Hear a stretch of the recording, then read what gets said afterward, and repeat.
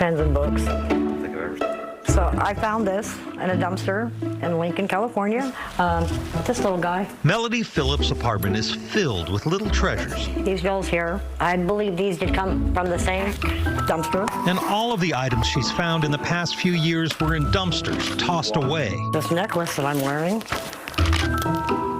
And the earrings. But one particular piece has stuck with her for a long time. I found a Victorian photo album. How long ago when you found this? 6 years ago. Left in this dumpster, in a box, an album of photos more than a century old. I don't know. It seemed important to me.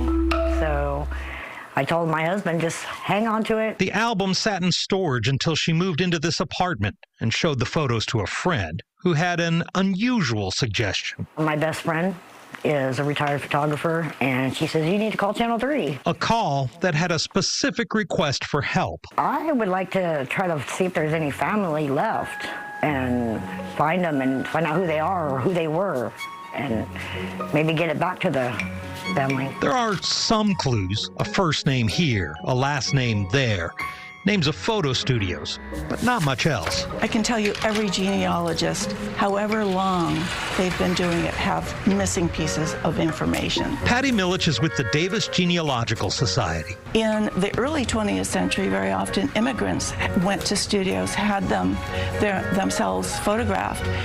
The photographs were put on postcards, which were sent back to the old country. Photos like these, Milich says, were a way to show family in other countries you were a success. Still, studios often use the same backdrops and props, making it hard to know just where or who the people are. Well, the first thing you do is be happy that you found anything written at all, like a name, first or last. So we started with the studios. One based in Santa Cruz, and the names we had: Mama Louise, Grandpa Rifle, going into California census records starting in 1850 and moving forward. The Rifle name led us to a Santa Clara County biography where Louise Rifle married Dr. Henry Forrest, which led us to another photo with the name Viola, which eventually led to the photo and one full name we had for Sumner McGinnis, which led to a Santa Clara County history, which led to a Stanford yearbook from 1920 of Sumner McGinnis, which brought us eventually to a 2012 obituary of his son, Jim McGinnis.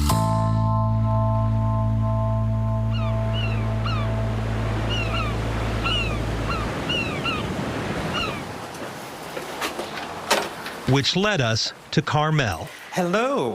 Hello. Where we met Deborah Anzini, Deborah McGinnis Anzini, granddaughter of Sumner McGinnis, who was born in 1900 in San Jose. And here's Sumner, Marge, John, and my dad.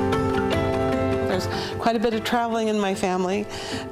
Which in 1900 was not an easy thing to do. No. Well, both families were, I'm not sure if wealthy is the right word, but they were very comfortable. Deborah's family also saw a lot of California history, surviving the 1906 San Francisco earthquake and getting hit by the Great Depression, but eventually starting a wholesale food business in Salinas. She has lots of photos, but nothing like the book Melody found. This is completely different than anything we have. All our albums look completely different. So this is going to be very exciting. Adding to her excitement, connecting with Melody over the phone. Hi, my name is Debbie McGinnis Anzini. So I am Sumner Dott's granddaughter. Oh, wow. He looks like a little boy in your album. Yes. Oh my gosh, that's one of my favorite pictures too. But there's still one part of the story that makes this photo find even more amazing. Tell me a little bit about how you got it. So my husband and I, we were homeless for quite some time, and we were living in our vehicle, and I needed gas money. So I decided to jump in the dumpster and find some recycle. Oh my goodness, now you're really getting to me. Oh my goodness. Even struggling and unhoused, Melody thought the album was important. Today, no longer on the streets, the photo book is one of the last puzzle pieces of Melody's life from that time. Now, put in its place. When you have to list things off that are meaningful or I guess unique, where does this stand in your... Number one. Completely. It's something we genealogists call a random act of genealogical kindness. That you found it, and especially that you found the descendants to give the book to. It's just such a that is such a miracle album. I'm so amazed that this happened. In Sacramento and Carmel with photographer Jack Noonan, Dave Manoucheri, KCRA 3 News. Patty Millich says the thing to remember about genealogy is once you find one answer, that will lead to even more questions. And Debbie Anzini says she and her sisters are looking into both sides of their family history with the help of that photo album. And by the way, Dave and Jack, our reporter and photographer, also want to give some credit to the Society of California Pioneers and the California State Library, which both helped in their search. What a remarkable story. All helping in the reconnection there.